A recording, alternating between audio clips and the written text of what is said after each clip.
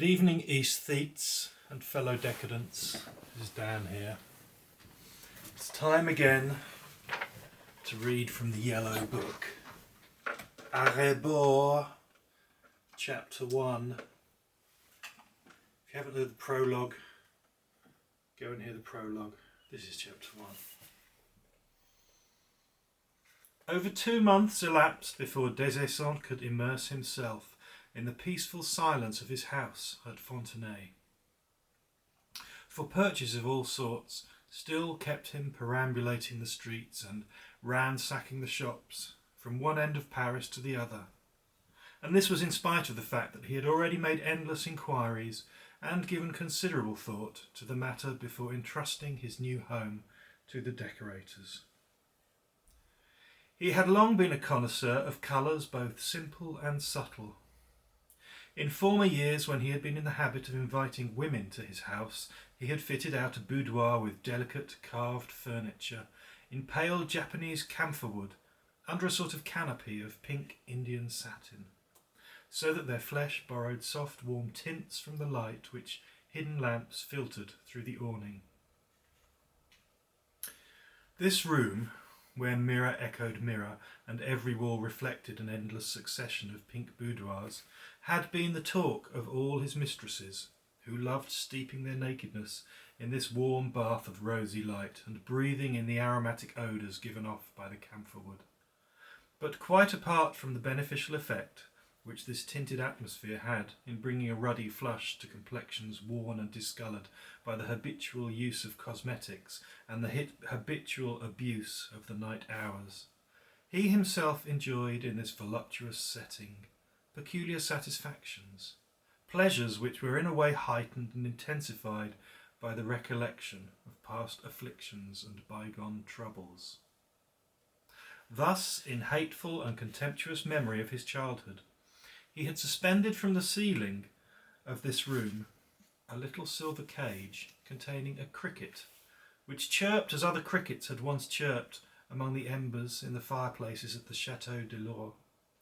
Whenever he heard this familiar sound, all the silent evenings of constraint he had spent in his mother's company, and all the misery he had endured in the course of a lonely, unhappy childhood, came back to haunt him. And when the movements of the woman he was mechanically caressing suddenly dispelled these memories, and her words or laughter brought him back to the present reality of the boudoir, then his soul was swept by tumultuous emotions. A longing to take vengeance for the boredom inflicted on him in the past, a craving to sully what memories he retained of his family with acts of sensual depravity, a furious desire to expend his lustful frenzy on cushions of soft flesh, and to drain the cup of sensuality to its last and bitterest dregs. At other times, when he was weighed down by splenetic boredom, and the rainy autumn weather brought on an aversion to the streets, for his house, for the dirty yellow sky and the tarmacadam clouds, then he took refuge in this room, set the cage swinging gently to and fro, and watched its movements reflected ad infinitum in the mirrors on the walls, until it seemed to his dazed eyes that the cage itself was not moving, but that the boudoir was tossing and turning, waltzing round the house in a dizzy whirl of pink. Then, in the days when he had thought it necessary to advertise his individuality, he had decorated and furnished the public rooms of his house with ostentatious oddity. The drawing-room, for example, had been partitioned off into a series of niches, which were styled to harmonise vaguely by means of subtly analogous colours that were gay or sombre, delicate or barbarous, with the character of his favourite works in Latin and French. He would then settle down to read in whichever of these niches seemed to correspond most exactly to the peculiar essence of the book which had taken his fancy. His final caprice had been to fit up a lofty hall in which to receive his tradesmen. They used to troop in and take their places side by side in a row of church stalls. Then he would ascend an imposing pulpit and preach them a sermon on dandyism, adjuring his bootmakers and tailors to conform strictly to his encyclicals on matters of cut, and threatening them with pecuniary excommunication if they did not follow to the letter the instructions contained in his monitories and bulls. By these means he won a considerable reputation as an eccentric, a reputation which he crowned by wearing suits of white velvet with gold-laced waistcoats, by sticking a bunch of Parma violets in his shirt front in lieu of a cravat, and by entertaining men of letters to dinners which were greatly talked about. One of these meals, modelled on an 18th century original, had been a funeral feast to mark the most ludicrous of personal misfortunes. The dining room, draped in black, opened out onto a garden metamorphosed for the occasion, the paths being strewn with charcoal, the ornamental pond edged with black basalt and filled with ink, and the shrubberies replanted with cypresses and pines. The dinner itself was served on a black cloth adorned with baskets of violets and scabious. Candelabra shed an eerie green light over the table, and tapers flickered in the chandeliers. While a hidden orchestra played funeral marches, the guests were waited on by naked negresses, wearing only slippers and stockings in cloth of silver embroidered with tears. Dining off black-bordered plates, the company had enjoyed turtle soup, Russian rye bread, ripe olives from Turkey, caviar, mullet botargo, black puddings from Frankfurt, game served in sauces the colour of licorice and boot polish, truffle jellies, chocolate creams, plum puddings, nectarines, pears in grape juice syrup, mulberries and black heart cherries. From dark-tinted glasses they had drunk the wines of Liman and Roussillon, of Tenedos, Valdepeñas and Oporto. And after coffee and walnut cordial, they had rounded off the evening with kvass, porter and stout. On the invitations, which were similar to those sent out before more solemn obsequies, this dinner was described as a funeral banquet in memory of the host's vitality, lately but only temporarily deceased. In time, however, his taste for these extravagant caprices, of which he had once been so proud, died a natural death. And nowadays he shrugged his shoulders in contempt whenever he recalled the puerile displays of eccentricity he had given, the extraordinary clothes he had worn, and the bizarre furnishing schemes he had devised. The new home he was now planning, this time for his own personal pleasure and not to astonish other people, was going to be comfortably, though curiously appointed, a peaceful and unique abode specially designed to meet the needs of the solitary life he intended to lead. When the architect had fitted up the house at Fontenay in accordance with his wishes, and when all that remained was to settle the question of furniture and decoration, Des Esseintes once again gave long and careful consideration to the entire series of available colours. What he wanted was colours which would appear stronger and clearer in artificial light. He did not particularly care if they looked crude or insipid in daylight, for he lived most of his life at night, holding that night afforded greater intimacy and isolation, and that the mind was truly roused and stimulated only by awareness of the dark. Moreover, he derived a peculiar pleasure from being in a well-lighted room when all the surrounding houses were wrapped in sleep and darkness, a sort of enjoyment in which vanity may have played some small part, a very special feeling of satisfaction familiar to those who sometimes work late at night, and draw aside the curtains to find that all around them the world is dark, silent and dead. Slowly,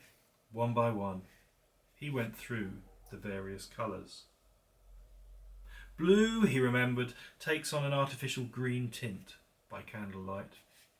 If a dark blue like indigo or cobalt, it becomes black. If pale, it turns to grey, and if soft and true like turquoise, it goes dull and cold. There could therefore be no question of making it the keynote of a room, though it might be used to help out another colour. On the other hand, under the same conditions, the iron greys grow sullen and heavy, the pearl greys lose their blue sheen and are metamorphosed into a dirty white, the browns become cold and sleepy, and as for the dark greens, such as emperor green and myrtle green, they react like the dark blues and turn quite black.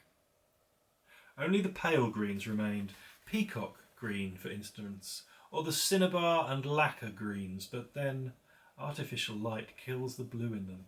and leaves only the yellow, which for its part lacks clarity and consistency. Nor was there any point in thinking of such delicate tints as salmon pink, maize and rose, for their very effeminacy would run counter to his ideas of complete isolation. Nor again was it any use considering the various shades of purple, which with one exception lose their lustre in candlelight. That exception is plum, which somehow survives intact, but then what a muddy reddish hue it is, unpleasantly like lees of wine. Besides, it struck him as utterly futile to resort to this range of tints, insofar as it is possible to see purple by ingesting a specified amount of santonin, and thus it becomes a simple matter for anyone to change the colour of his walls without laying a finger on them. Having rejected all these colours, he was left with only three: red, orange and yellow. Of the three, he preferred orange, so confirming by his own example the truth of a theory to which he attributed almost mathematical validity, to wit, that there exists a close correspondence between the sensual make-up of a person with a truly artistic temperament and whatever colour that person reacts to most strongly and sympathetically. In fact, leaving out of account the majority of men, whose coarse retinas perceive neither the cadences peculiar to different colours nor the mysterious charm of their gradation, leaving out also those bourgeois optics that are insensible to the pomp and glory of the clear, bright colours, and considering only those people with delicate eyes that have undergone the education of libraries and art galleries, it seemed to him an undeniable fact that anyone who dreams of the ideal prefers illusion to reality, and calls for veils to clothe the naked truth, is almost certain to appreciate the soothing caress of blue and its cognates, such as mauve, lilac and pearl grey, always provided they retain their delicacy, and do not pass the point where they change their personalities and turn into pure violets and stark greys. The hearty, blustering type, on the other hand, the handsome, full-blooded sort, the strapping he-men who scorn the formalities of life and rush straight for their goal, losing their heads completely.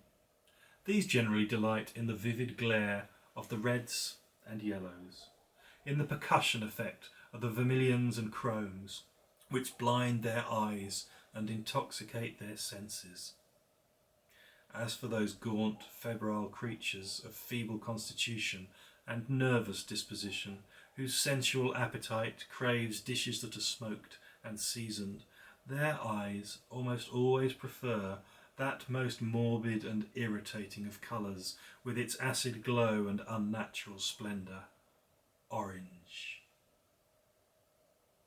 There could therefore be no doubt whatever as to Des Esseintes' final choice, but indubitable difficulties still remained to be solved.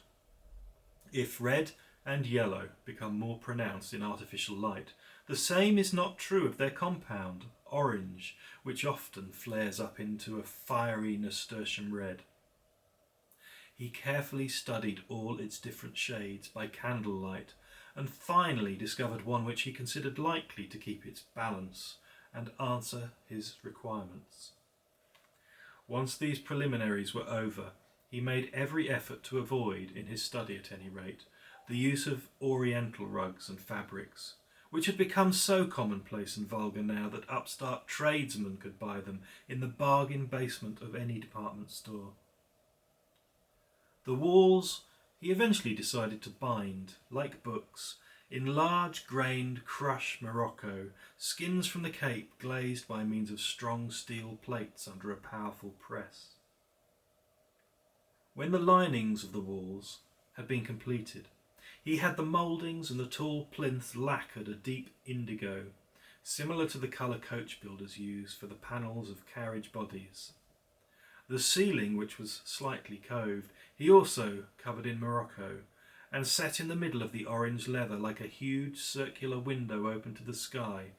There was a piece of royal blue silk from an ancient cope on which silver seraphim had been depicted in angelic flight by the Weavers' Guild of Cologne. After everything had been arranged according to plan, these various colours came to a quiet understanding with each other at nightfall. The blue of the woodwork was stabilised and, so to speak, warmed up by the surrounding orange tints, which for their part glowed with undiminished brilliance, maintained and in a way intensified by the close proximity of the blue. As to furniture, Des Esseintes did not have to undertake any laborious treasure hunts, in so far as the only luxuries he intended to have in this room were rare books and flowers, leaving himself free to adorn any bare walls later with a few drawings and paintings. He confined himself for the present to fitting up ebony bookshelves and bookcases round the greater part of the room, strewing tiger skins and blue fox furs about the floor, and installing, beside a massive money changer's table of the 15th century, several deep-seated wing armchairs and an old church lectern of wrought iron, one of those antique singing desks on which deacons of old used to place the antiphonary, which now supported one of the weighty folios of Ducan's Glossarium Mediae et Infirmae Latinatis. The windows, with panes of bluish crackle glass or gilded bottle punts, which shut out the view and admitted only a very dim light, were dressed with curtains cut out of old ecclesiastical stoles, whose faded gold threads were almost invisible against the dull red material. As a finishing touch, in the centre of the chimney-piece, which was likewise dressed in sumptuous silk from a Florentine dalmatic, and flanked by two Byzantine monstrances of gilded copper, which had originally come from the Abbé au Bois at Bièvre, there stood a magnificent triptych, whose separate panels had been fashioned to resemble lacework. This now contained, framed under glass, copied on real vellum in exquisite missal lettering and marvellously illuminated, 3 pieces by Baudelaire. On the right and left, the sonnets L'amour des aimants and L'ennemi, and in the middle, the prose poem bearing the English title Anywhere Out of the World.